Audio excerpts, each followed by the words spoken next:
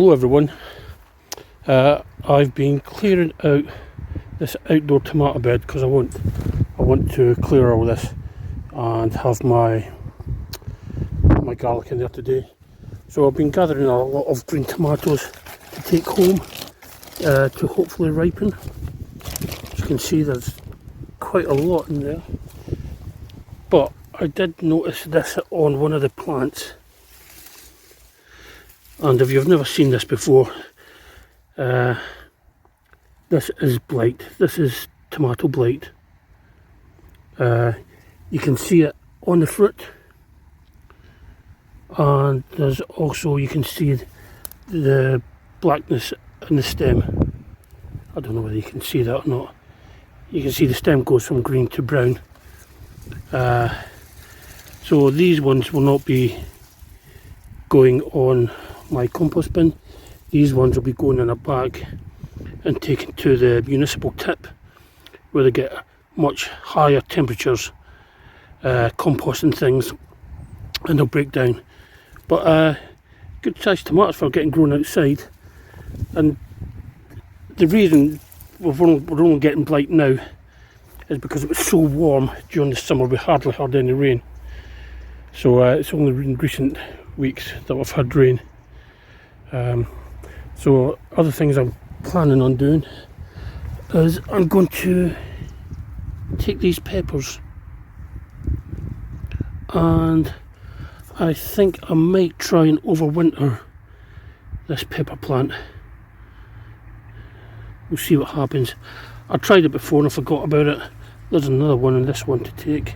It's actually turning red. Do I leave them out for any longer? It's not getting any warmer. It's not too bad today. It's about 14 degrees. But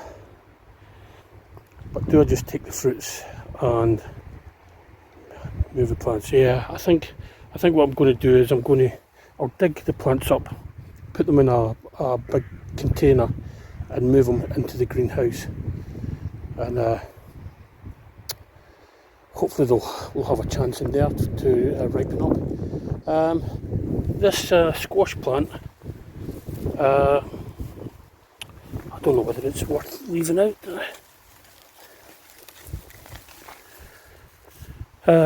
No, we've got a couple of little squashes down there, but they're not going to amount to anything.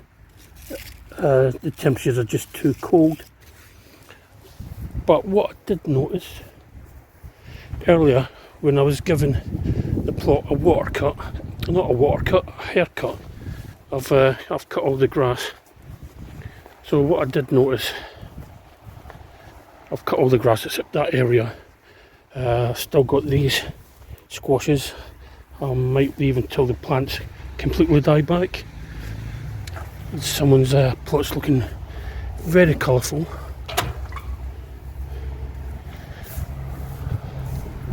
But I spotted this earlier. It's a little butternut squash that's been growing through the fence. As you can see, the vines came through the chicken wire. So I might take that, or I don't know what I'm going to do actually, whether to leave it, see if it gets any bigger. But I'll need to snip off all these brambles, because they'll be snagging people as they walk past, and I don't want that to happen. The oca is doing really well. It'll be interesting to see what we get from that. Also got some bodies growing, which is really nice wildflower. Some people use it as a herb. I'm not convinced. But it looks nice and the bees love it. The other thing I did today, earlier, was I had a parsnip growing out here, and the leaves had all gone brown.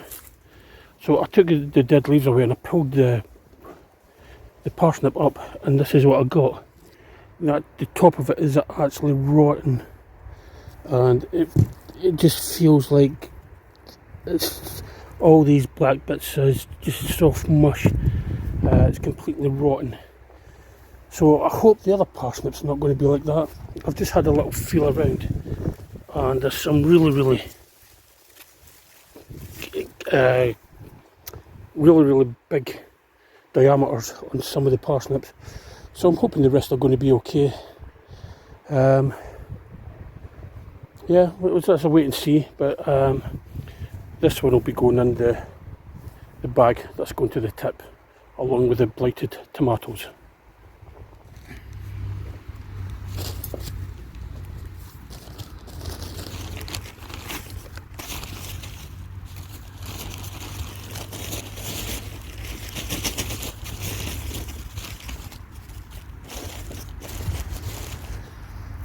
Okay, going to put the garlic in the ground. Blunt end goes in the ground, pointy end in the sky.